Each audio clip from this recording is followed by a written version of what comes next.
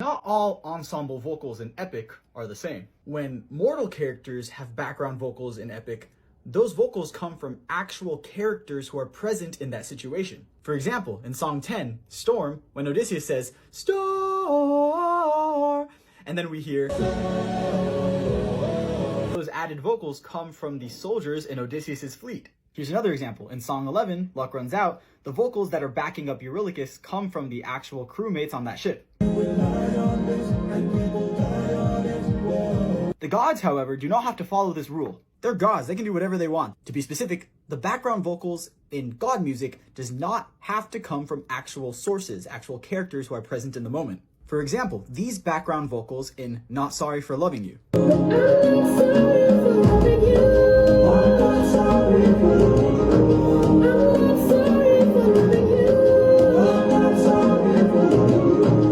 It's not like in the middle of this very vulnerable moment for Calypso, a random group of people appear and start singing, "I'm not sorry for loving you.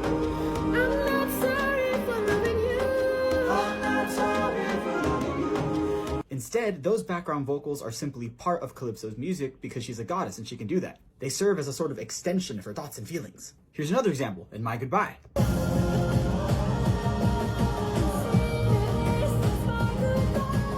It's not like suddenly in the middle of this telepathic conversation between Athena and Odysseus, a bunch of people are suddenly able to hear it and they're just like... Those vocals are simply an extension of Athena in that moment. For the sake of specificity, whenever mortals have background or ensemble vocals, I try to refer to those vocals by the source of those vocals, like crew or soldiers. But if a god has background vocals with no character source, then I just refer to those as ensemble. Why am I telling you this, you may be asking? Because I try to use ensemble vocals as an extra tool to give us a little bit more insight on god characters. For example, in Warrior of the Mind, when Odysseus is singing Athena, badass in the arena, we can hear ensemble vocals on Athena and arena. And it's not like a random group of people just showed up to the scene like, "You are Athena, Athena, badass in the arena, unmatched queen of..." So if Odysseus isn't a god, and these vocals aren't coming from a character source, then the only explanation is that Athena is allowing these vocals to be there in that moment. Now, why would Athena allow those vocals there? I'll tell you. The answer is because Athena is vibing and is entertained by young Odysseus fanboying over her. And that's all fun, but you want to know another more messed up example? In Song 13, Ruthlessness, after Poseidon destroys 11 of Odysseus' 12 ships, we hear this.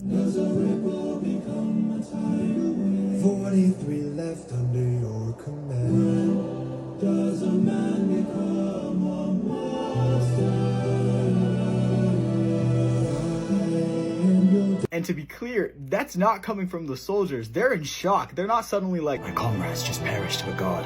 Allow me to contemplate the philosophy of man versus monster." No, Poseidon brings back those lines through ensemble vocals with Odysseus. You know how petty you gotta be to be like that?